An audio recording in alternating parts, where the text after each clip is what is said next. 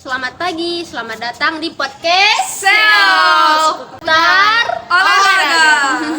Sebagai saya pembawa acara Putri Primsa Ginting, di sini sudah ada mahasiswa olahraga yang akan pertanyaannya yang akan saya berikan. Sebelumnya silahkan perkenalkan diri kalian. Perkenalkan, nama saya Ines Ignatia Saing. Saya Siti Nurkila. Saya Adi Zulna Galisa Rambuti. Saya Dio Saragi. Apa kabar teman-teman? Sehat. Bagaimana kuliahnya?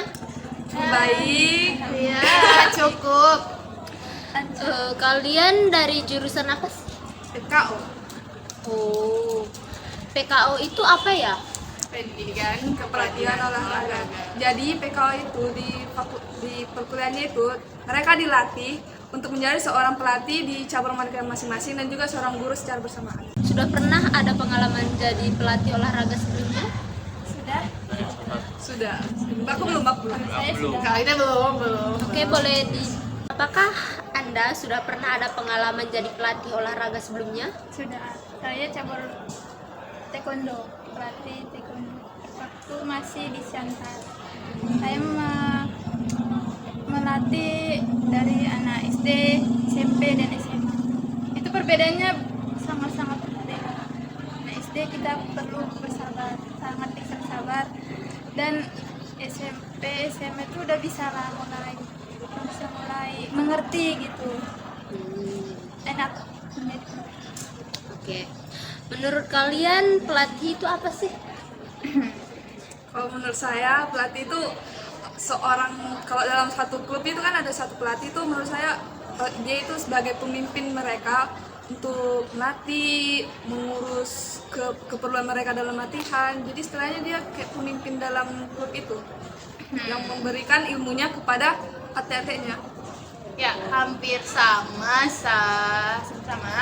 Kalau menurut saya pelatih itu orang yang memiliki wawasan, cara mendidik dan membentuk atlet dan yang memiliki tujuan untuk bisa mencapai puncaknya target Harganya yang telah disesuaikan. atlet. Ada? Lagi tambahan? Pelatih. Iya. Itu semacam kayak menjadi kayak bentuk tim dia kayak sebagai seorang kapten dalam tim itu atau dalam ragu itu kayak jadi pemimpin lah, sama kayak seperti Ines bilang. Kakak, Menurut saya seseorang yang bertugas untuk mempersiapkan visi dan mental suatu cabang olahraga. Oke, next. Ada tidak kendala yang kamu alami saat melatih atlet cabur tersebut? Ada kendalanya, itulah alat. Saya kan di sana itu kendalanya semua hanya di alat aja. Alat mereka tuh tidak lengkap. Kalau misalnya cabur taekwondo itu kan peralatan itu banyak dan mahal. Jadi nggak mungkin pelatihnya sendiri yang mempersiapkan itu semua, yang menyediakan itu. Karena itu peralatan itu mahal gitu. Seharusnya peralatan itu masing-masing atlet harus punya kalau di cabur taekwondo. Oke, next ya. Solusi apa yang Kila lakukan untuk mengatasi masalah tersebut? Solusinya itulah membeli peralatan itu, menyuruh para atletnya membeli peralatan masing-masing agar latihan itu enak, lengkap.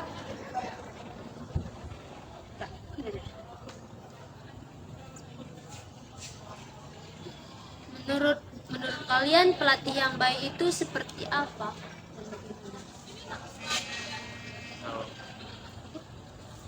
Aku dulu aja. Kalau menurutku pelatih yang baik itu yang pertama, pelatih yang mengenal atletnya. Jadi kalau dengan mengenal atletnya, dia tahu membuat program yang cocok untuk latihan atletnya. Dia tahu apa aja yang diperlukan atletnya. Jadi untuk membuat program latihan itu kan itu betul pengenalan terhadap atlet. Jadi atlet untuk peningkatan kemampuannya juga maksimal dari program itu. Jadi kalau diibaratkan ke pelatihan demokrat, itu menurut saya pribadi. Boleh ditambah? tambahannya sih pelatih itu bukan hanya harus mengenal tapi juga harus bisa menyinkronkan menyamakan gitu sama ratakan, kayak gimana ya kalau kita bilang itu humble, harus bisa tahu, karena kan kebanyakan atlet ini yang kadang takut sama pelatihnya karena kejam, karena apa gitu. Jadi kalau menurut saya pelatih yang baik itu ya udah gitu aja, Mampu berbaur ya mampu bergaul dengan atlet. ya. Menurut saya itu kayak sebagai pelatih yang baik itu harus memiliki komunikasi yang baik kepada atlet, memberikan kedisiplinan terhadap atlet, dan memberikan satu lagi motivasi yang baik lah Oke, itu dalam ya. mengajar. Oh, Menurut Boleh ditambahin, boleh tambah. menurut saya pelatih yang baik itu yang bisa dekat dengan atlet. Nah, yang sebagai pelatih yang baik itu yang bisa menjadi pelatih itu bisa jadi orang tua bagi atlet, teman, sahabat bagi atlet, bukan sekedar hanya pelatih aja, dan bisa dekat berkomunikasi apapun masalah pribadinya. Atlet itu bisa curhat atau curhat-curhatan ke pelatih, minta solusi masalah, bukan hanya sekedar latihan, habis latihan pulang udah. Tidak seperti itu pelatih yang baik. Pelatih yang baik itu harus tahu seluk-beluknya atlet itu bagaimana, dan pelatih juga tidak boleh pilih kasih si atlet yang A bagus, yang sementara yang B enggak, harus sama semuanya, nggak boleh pilih kasih. Isme-isme itu nggak ada, jangan. Dan pelatih yang baik itu jangan ada rasa memiliki atlet. Jadi kalau ada rasa memiliki seorang atlet sepenuhnya, itu atlet itu nggak akan bisa berkembang. Karena saya pengalaman jadi pelatih itu jangan egois lah. Kalau misalnya si atlet ini minta mau pindah atau mau kemana, itu harus legowo, harus ya udah, si atlet mau pindah ya udah pindah, jangan di stuck di situ gitu, nggak boleh kemana-mana. Karena atlet itu kan semakin dewasa semakin tahu dia pilihan mana yang benar dan yang salah. Ada kembang sedikit. Terus kalau menurutku pelatih itu juga harus punya target yang jelas ya. Dia tahu kemana ini arahnya nanti. Kalau enggak ya udah grupnya gitu-gitu aja, nggak ada perkembangan. Yang kedua itu harus inovatif. Kenapa? Karena semakin zaman teknologi segala macam itu kayak nggak ada pelatihan yang baru yang bisa meningkatkan kemampuan atlet secara maksimal. Jadi itu inovatif dan memiliki target yang jelas. Oke, next. Khusus untuk Ilah, kamu kan sudah pernah melatih. Apakah ciri-ciri pelatih yang baik itu sudah pernah kamu terapkan saat menjadi pelatih? Sudah, sebagian sudah. Bisa diceritain. Oke, boleh diceritakan sedikit. Yang belum itu yang nggak ada sih menurut saya. Jika atlet itu meminta saran, meminta solusi, bagaimana melatih ini, siapa ini, saya juga mengasih saran, ngasih yang terbaik untuk mereka gitu. Udah. Oke, seandainya kamu seorang pelatih, punya atlet yang bermasalah, contohnya kayak malas berlatih karena merasa hebat, susah bergaul, sulit untuk mengikuti latihan, atlet mulai tersinggung, bagaimana cara menghadapi? Biasanya kamu menghadapi atlet seperti apa? Yang merasa hebat, saya kebanyakan menemui yang atlet seperti itu. Dia udah juara kejurnas, juara pon atau apa segala macam, dia tuh merasa dia udah juara situ, terus kembali lagi ke dojangnya, jadi merasa wow gitu, nomor satu, aku udah dapat gini-gininya, apalagi aku latihan, dan memandang yang lain itu rendah, hanya dia yang hebat gitu. Jadi apa yang disuruh pelatih dia main-main, gak mengikuti dengan serius. Dan saya mengamatinya, kalau pelatih itu biasanya memberikan dia hukuman, kadang hukuman berupa atau skor tidak latihan entah berapa minggu, atau hukuman fisik, dan memberikan kata-kata motivasi agar dia tidak seperti itu lagi. Boleh ditambah? Kalau atlet yang sulit bergaul sih, solusinya kita dulu nih yang ngajak, kayak kita ajak dia ngobrol, kita komunikasi, terus kita ajak kayak gimana sih jelasinnya, pusing kita. Kita ajak dia ikut gabung kalau misalkan kesini pokoknya kita yang ngarahin gitu, terus membentuk kelompok. Iya, kita bagi-bagi kelompok supaya dia tuh bisa deket sama yang lain, supaya nggak takut gitu kenalan sama yang lain. Aku ya. Oke, lanjut. Kalau aku kan khusus untuk atlet yang sulit mengikuti latihan. Kan kalau sulit mengikuti latihan banyak aspeknya. Mana tahu kayak aspek dari luar, contohnya dia punya masalah di luar. Jadi solusinya kalau yang masalahnya di luar itu kita kayak ngajak dia bicara bareng, cari solusi bareng untuk menyelesaikan masalah di luar biar dia fokus latihannya. Tapi ada juga atlet yang nggak bisa mengikuti latihan karena apa? Memang dia nggak punya kemampuan dalam olahraga. Itu menurut saya pendapat sendiri itu latihan khusus, ada latihan khusus untuk dia. Jadi kayak siap latihan, kau ngambil waktu untuk melatih dia secara khusus biar dia nggak ketinggalan dari yang lain. Ya, sekian. Stop dulu. Sebenarnya itu tidak masalah teman-teman. Kesimpan nggak nanti? Simpan kok. Oke, lanjut kamu. Terakhir ya, udah tersinggung itu kayak misalnya kayak pelatihnya kayak membeda-bedakan para atletnya, kayak si A memiliki prestasi dan sedangkan si B kayak tidak memiliki prestasi. Jadi yang si B ini kayak mudah tersinggung. Jadi itulah artinya dari Solusinya menghadapi atlet yang mudah tersinggung itu gimana? solusinya ya apa ya? Memberikan kayak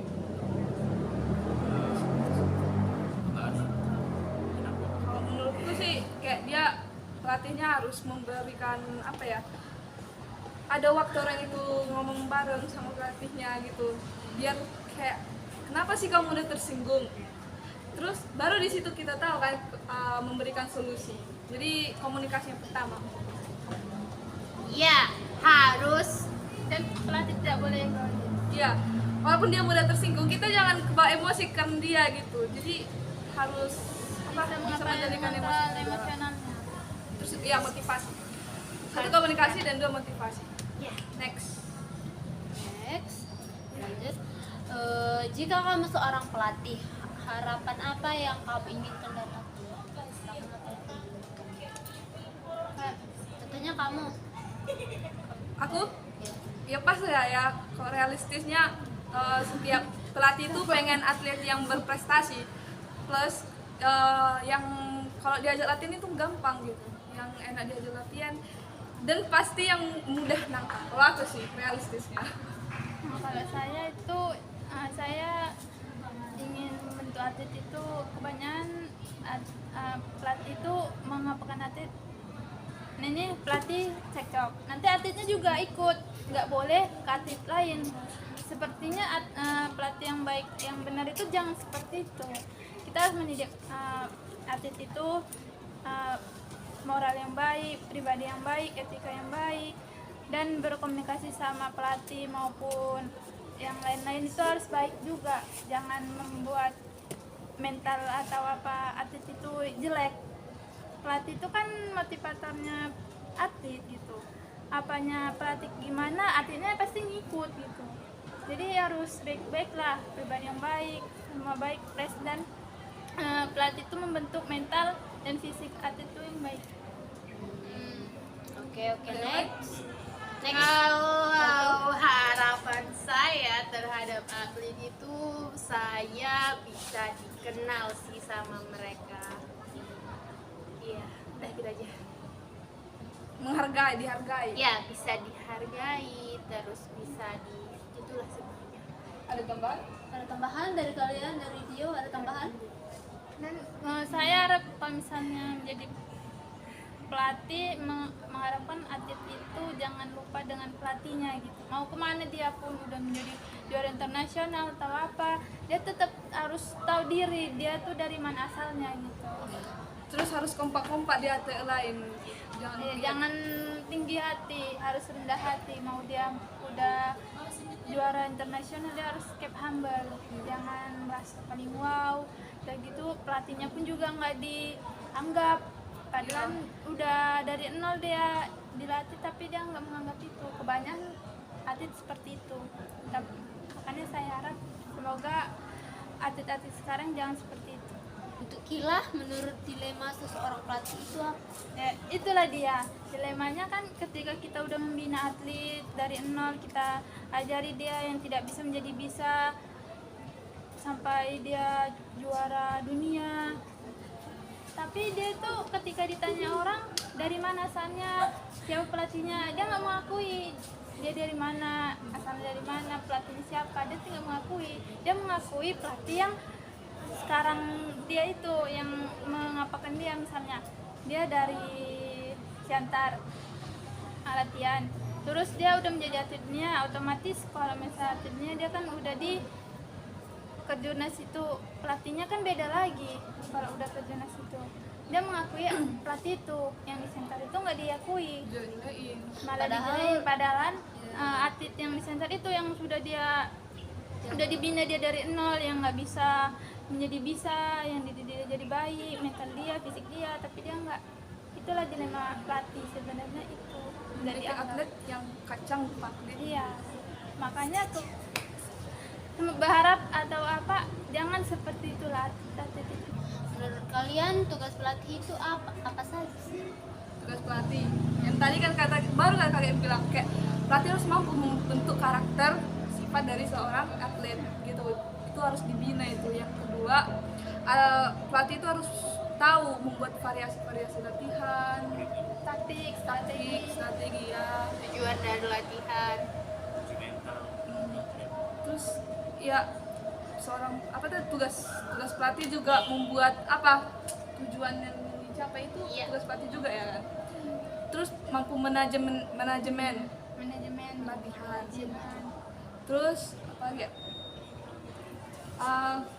Membangun prestasi atlet itu. Iya, membangun prestasi atlet. Terus ada lagi. Membuat metode-metode latihan, merancang metode latihan. Pokoknya pelatih itu ya tugasnya Perlengkapan juga pelatih nggak? Dia Iya. memprogram itu lah, Melatih memprogram fisik, latihan mental. fisik dan mental atlet gitu. Dan juga menjadi orang tua, sahabat. Pelatih itu bisa itu. Yang menyediakan tempat juga pelatih. Yang tugas pelatih juga sebagai pendukung utama atlet juga, dan yang menyediakan alat-alatnya. Jadi pelatih itu benar-benar berat bawaannya gitu. Jadi kita harus siap jadi pelatih. Oke, satu lagi. Apa motivasi kalian untuk menjadi pelatih? Apa? motivasi jadi pelatih. Ayolah. Motivasi saya ingin membina atlet itu, ya jangan tinggi hati, jangan merasa puas, sok jago gitu. Enggak nangis. Jangan merasa, apalagi dia kan udah masih SMA atau SMP gitu, dia udah juara perjurnas nomor 1 gitu. Dan ketika dia berkumpul dengan yang kakak dia gitu, dia tuh udah merasa wow gitu, merasa wow, aku udah gini kok kan masih kayak gitu ya. Jangan kayak gitu, harus tetap rendah hati. Kalau pribadi, kalau aku ya, motivasi jadi atlet yang pertama, karena aku nggak bisa jadi atlet berprofesional seperti itu, jadi aku pengen menghasilkan atlet yang profesional dan bisa membawa nama baik, yang terutama nama baik sendiri ya. Terus pengen bawa nama daerah juga, itu sih kalau saya. Motivasiku jadi pelatih itu menyebarkan cabur yang aku bawa. Jadi aku mau mengembangkan cabur, mengembangkan olahraga itu.